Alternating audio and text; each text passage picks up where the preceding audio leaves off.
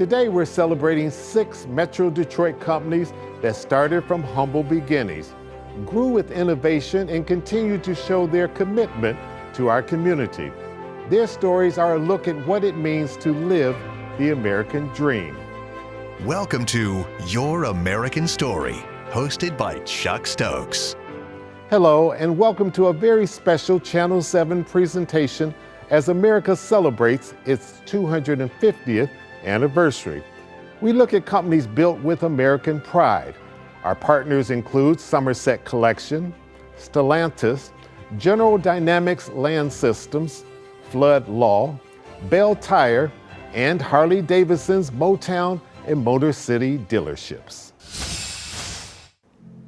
We begin with Somerset Collection, an iconic destination for shopping, dining, and entertainment. Nate Forbes, managing partner for the Forbes Company, joins me. Nate Forbes, would it be accurate if I said that Somerset Collection is Michigan's premier retail destination location? 40% of our stores are their only stores in the state of Michigan, and they're exclusive to our marketplace. And when you walk through the Somerset, you're enjoying stores that you can't get between Chicago and New York. So Somerset is the hub of retail for Southeast Michigan and the region as a whole. It really started with Sam Frankel back in the 60s when he brought Saks Fifth Avenue out to Troy. And we joined the Frankel family, the Forbes family did, in the late 1980s, 89. And we created this vision of what would become the Somerset Collection, to develop and build a collection of stores that didn't exist in the Detroit area and the greater Detroit region. We brought Neiman Marcus to the city. Then 2 years later, we built Somerset North, which was at the time Hudson's department store, which we all remember very well. Absolutely. And Nordstrom's first store in Michigan. We connected them with a 700-foot-long moving skywalk, and we have a 1.45 million square foot retail emporium that we call the Collection. So we want to create a lifestyle that speaks to all of our guests through a level of service and consistency that they can count on each visit to the Collection. You give an awful lot back to the Detroit area community. Why is that so important? You know, we really decided back in 2010, I remember having a meeting with Mayor Bing, and he asked us what we could do to help the city of Detroit. We sat down and we developed a 501c3 called the Detroit Shop, and every dollar we fund the employees, and every dollar that is made and generated out of that Detroit Shop goes back to Detroit-based charities. So we've given to over 130 Detroit-based charities of need over $5 million since 2010 from that Detroit Shop. So it's become a philanthropic goal of ours and become part of our ethos. Along the line of philanthropy, you also have a 30th anniversary, but you're going to do something special for that 30th anniversary to commemorate it. We are working through right now designating 10 charities that we're going to give $30,000 donation. We are evaluating which charities will be the recipient of a $30,000 check, and we're going to select 10 of them in the greater area, again, based on needs. $300,000. $300,000 that we're going to give back to the community. You've taken a site that people knew well, the old Kmart's location there in Troy, and you're working with Michigan to turn it into Michigan medicine. We owned it for over 18 years, and we paid our taxes and cut the lawn. But there was never a use that came along that was worthy of that corner. Arguably the best piece of real estate in Oakland County, and Michigan Medicine has such a deep presence in Oakland County, but their closest facility, obviously Ann Arbor, and they have a smaller adjunct facility in Northville. And they've been looking to do a major medical specialty care center in the heart of Oakland County. So it just so happens that this 40-acre piece was sitting there, and what ensued was about a 3 to 5 year courtship to create a 270,000 square foot Michigan Specialty Care Center that will be named the Kenny and Frances Eisenberg Center for Specialty Care. America celebrating its 250th anniversary. I found something online that said America's founding fathers were deeply invested in fashion, viewing clothing as a key tool for personal image, political messaging, and national identity, and particularly George Washington, Thomas Jefferson, and Benjamin Franklin. Wow. What does that say to you about the role that retail has played in the history of this country? I think it's very important for everybody's identity And I think people's personalities, their identity, their level of confidence is really shown in how they present themselves to the public.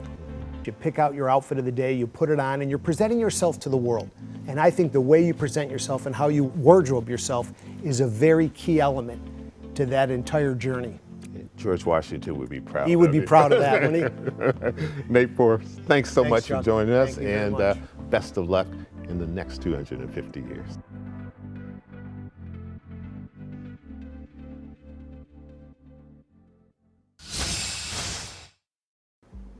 Stellantis has an American automotive heritage that goes back more than 100 years.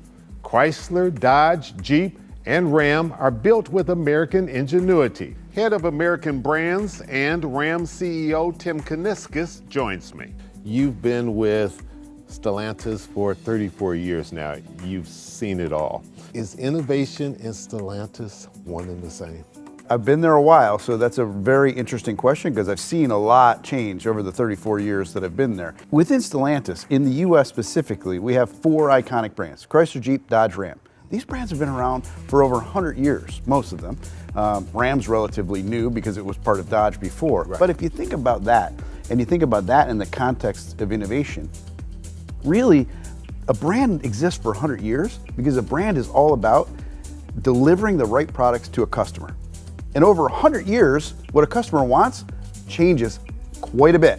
And so you have to innovate all the way through that process because that's inherent to the survival of a brand. And that's why we have these brands that stay around for so long, because they keep innovating to deliver to that customer what they need. Let's talk about American manufacturing and Stellantis. When people look around and they think about all of the different plants that you have and the importance of having that American manufacturing, how do you break that down? It's very important, and we're very proud of it.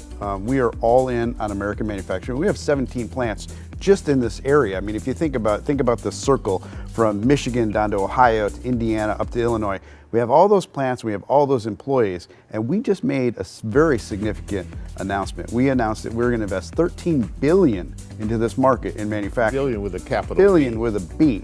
Now, it's easy to say those numbers, but if you think about it, put it into context, that's the biggest single investment we've ever made, ever in this market. So we are all in on this, and that is going to increase our capacity of built in the US vehicles by 50%. So it's very important to us. When you think about the workforce that you've had, you've got to think about the fact that many of the people in there have been with them for generations. I mean, you've got 34 years in, but that's not uncommon, is it? It comes fast. I've been there 34 years, but it really snuck up on me. But Right. I have friends, I have so many friends that have been there 20, 30, some over 40 years. You know, at some point, it's not a job.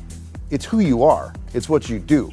I mean, we all know, very famous guy here in town said it best. This is the Motor City, and this is what we do. After you've been there 20, 30, 40 years, this is what you do. You got to take pride in that. Yeah, and particularly in this region, because we do so much manufacturing and we're the automotive capital of the world, we love our cars and we love the people who work on our cars.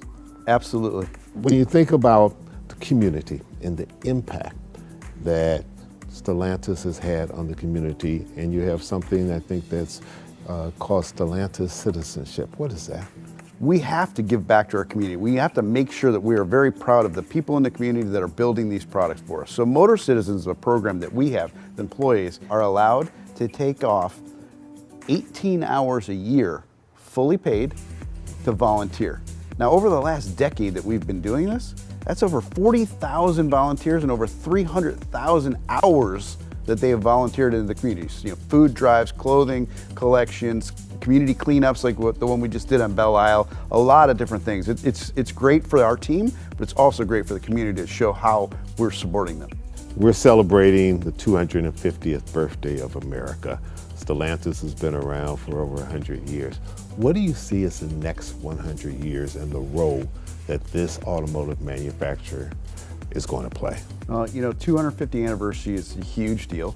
And It is about American innovation and American manufacturing and investing in our country and growing this country with the backbone of American manufacturing. So we don't see that changing. We see us continuing to push very hard in that area, because at the end of the day, that's what it's going to make the huge difference for us and the future of this country. Full throttle ahead. You know, we say never lift, so absolutely. Tim, thanks so much for joining us. Thank you.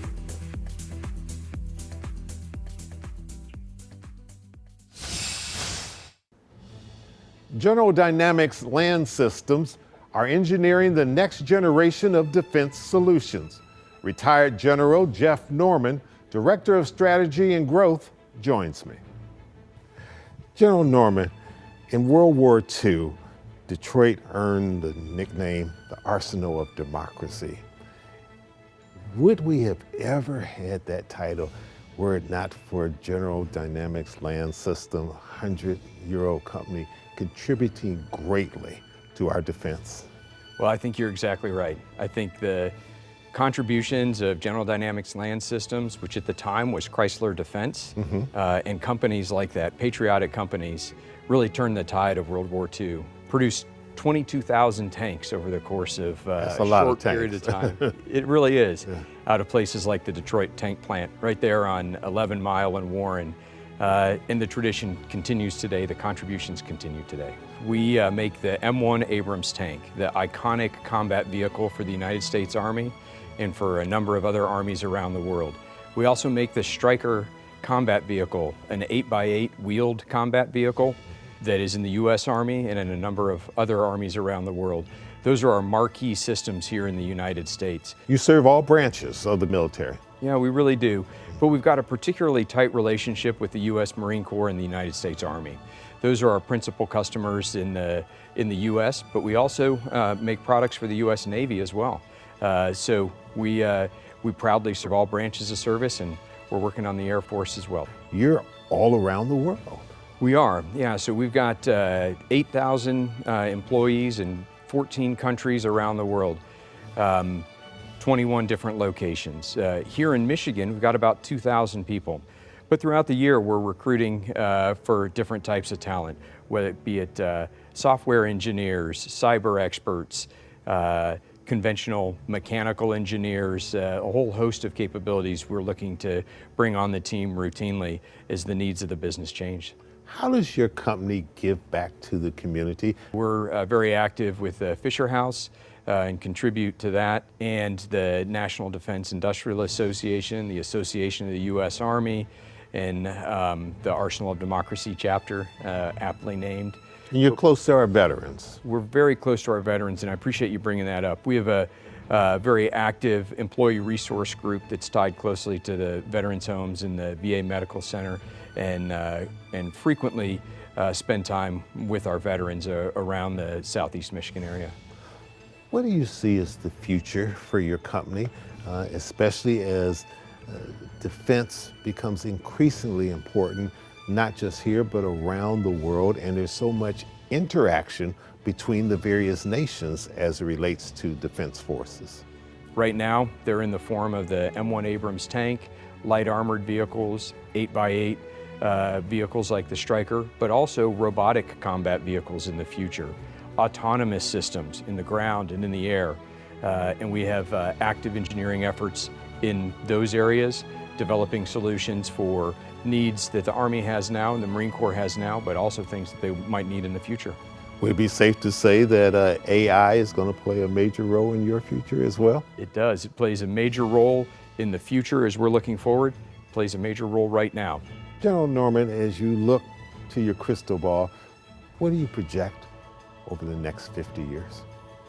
Yeah, the next 50 years are looking bright. We've got some really exciting programs that we're working on right now for the U.S. Army and the U.S. Marine Corps. And we see an opportunity for us to have commonality with those systems. We're working on the next generation of Abrams tank, the M1E3, which is a really significant uplift of the current Abrams into a whole new configuration.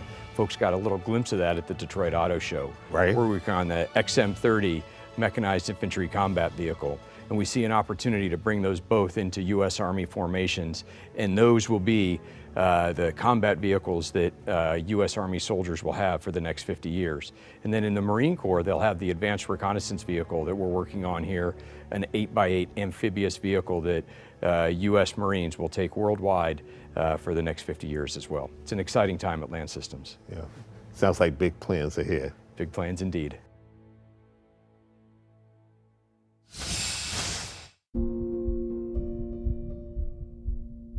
Flood Law aims to be there when it matters. Flood Law founder and former prosecutor Todd Flood built his reputation handling some of Michigan's most high-profile cases.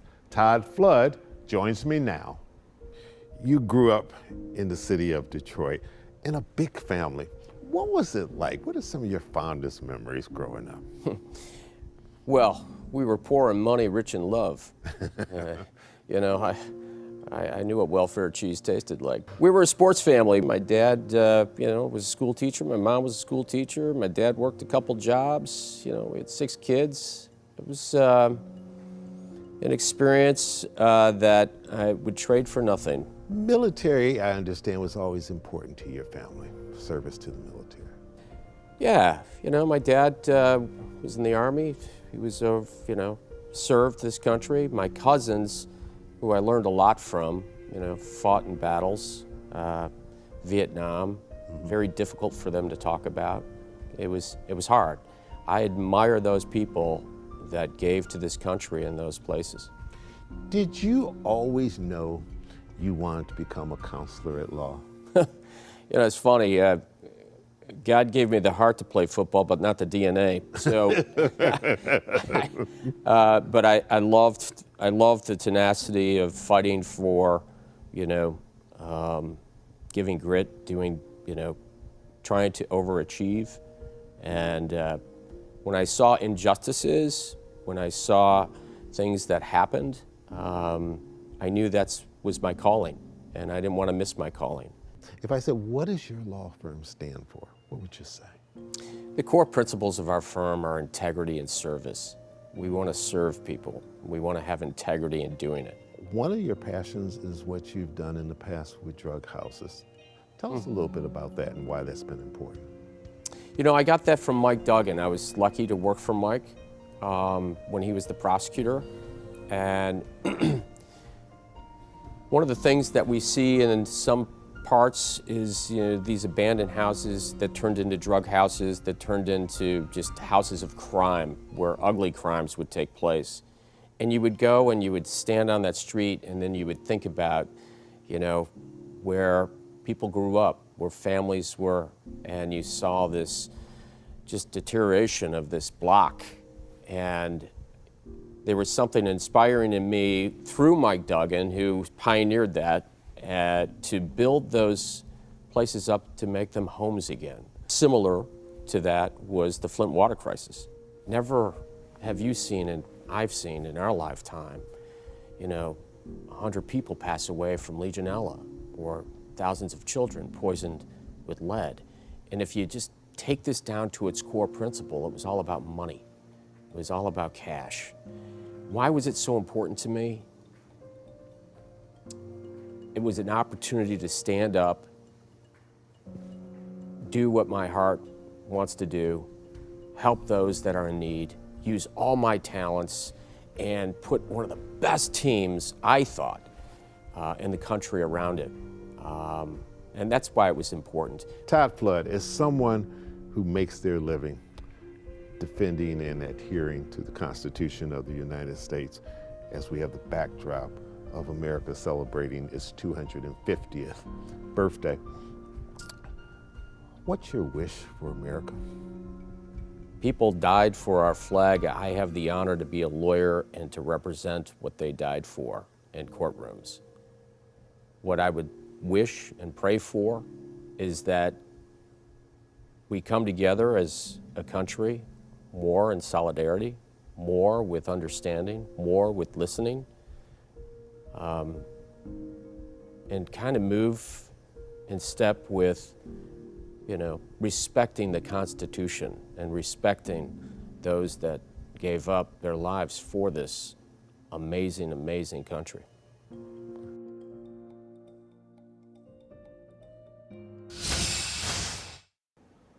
Belle Tire is celebrating more than a century of helping people with their car care needs. Don Barnes, I want to take you back, way back, over 100 years ago. The year is 1922, the height of the roaring 20s. It's when the electric blender was invented, and your company was created that same year, and you've been around since then. You're right, Chuck. We've been around for 104 years, and those 104 years have been absolutely wonderful. We've been able to kind of participate and help create so many different jobs over these 104 years, growing from a single store in downtown Detroit at the corner of Grand River in Wyoming to now flourishing over 185 stores across 4 states in Michigan, Ohio, Indiana, Illinois, creating opportunities for over 3,000 of our employees and their families. What would you say has been the key to that kind of success? Because a company going from generation to generation is not an easy thing to do, and many companies fail as they hit that next milestone. How we look at what we do, our focus is just on people. Yes, we sell tires and we fix cars, but we look at, we're in the people business. And people are coming to us because they have a problem, and we get the opportunity to make their day better. So over the last 100 years, our focus has always been about how do we focus on our people, and ultimately how do we keep getting our customers back on the road. I read somewhere that you consider your customers your neighbors. These are our neighbors, and they're going to shop and do business in the communities that they live. So we really like to focus on how can we immerse ourselves into the community to be able to help our customers when they are in that time of need. You can say that you've had employees for 20, 30, 40 years. Our longest tenured employee right now has been with us for 48 years. Wow. And it's truly incredible. And we have over 5 people with over 40 years of experience at Belle Tire. Community service, I know that your company has been involved throughout all these decades.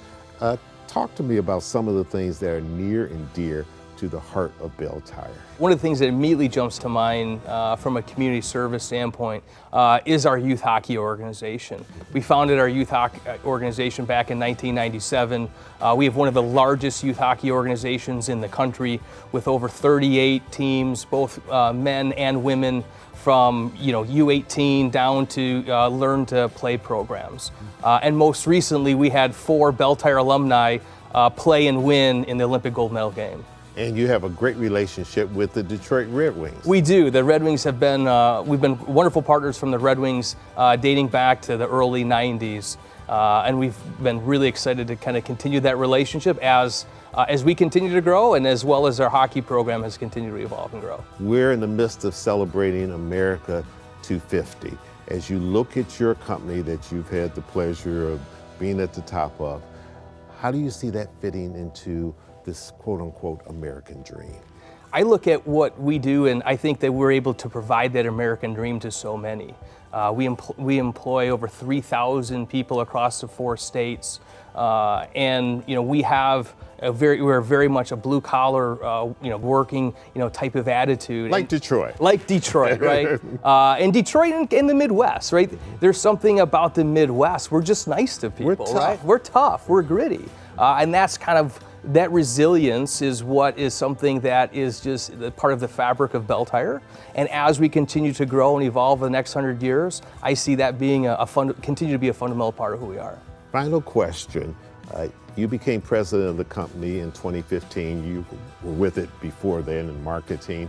But I understand you don't like to be called president of Belle Tire. You like to be called the chief tire guy. Is that right? Yeah, I look at anyone can be a president, anyone can be CEO, but in order to be the chief tire guy, I think that's kind of a special title. And that kind of really originated from the idea is that everyone's got a guy, right, or gal, but everyone's got a guy for something. And we want to be that top of mind for when people think, I need something with that car.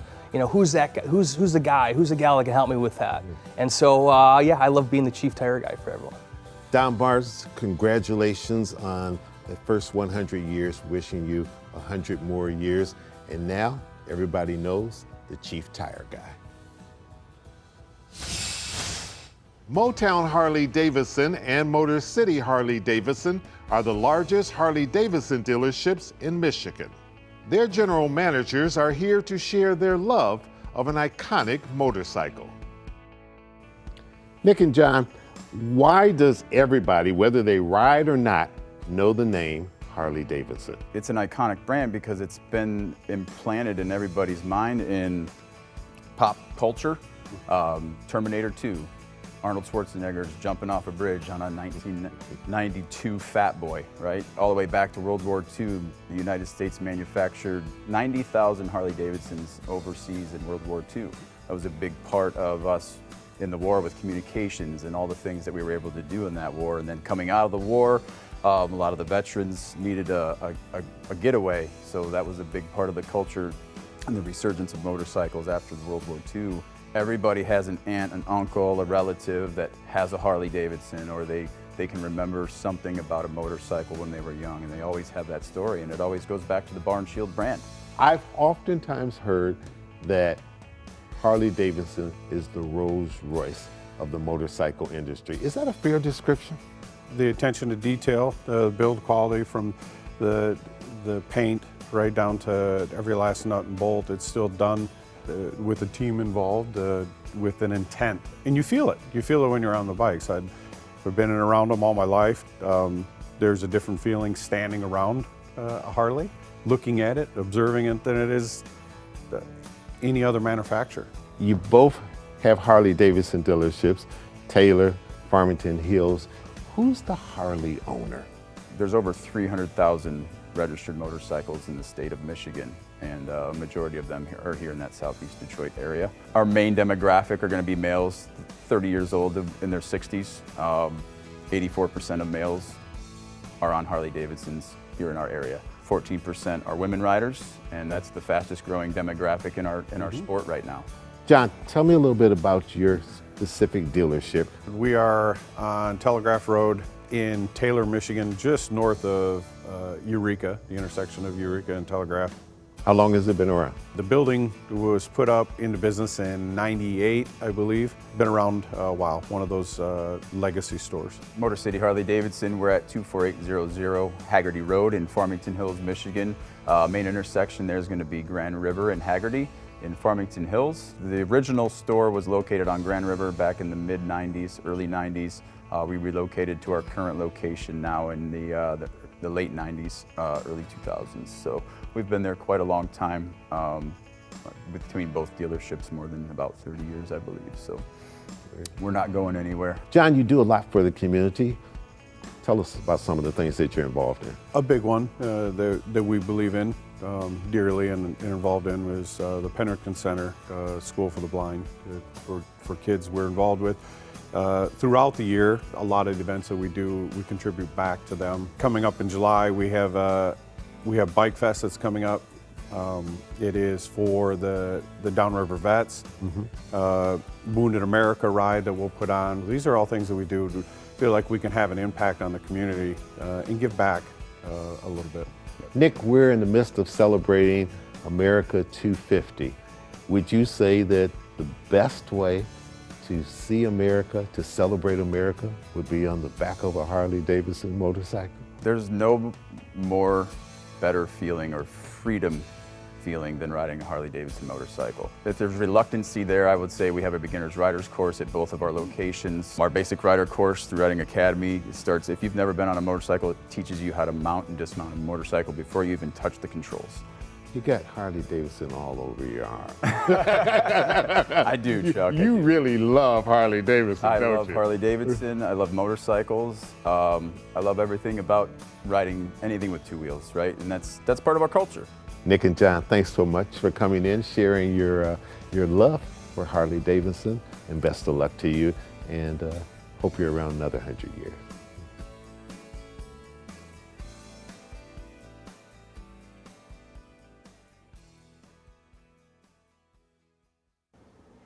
These Metro Detroit success stories show us how the American dream continues to flourish in our community.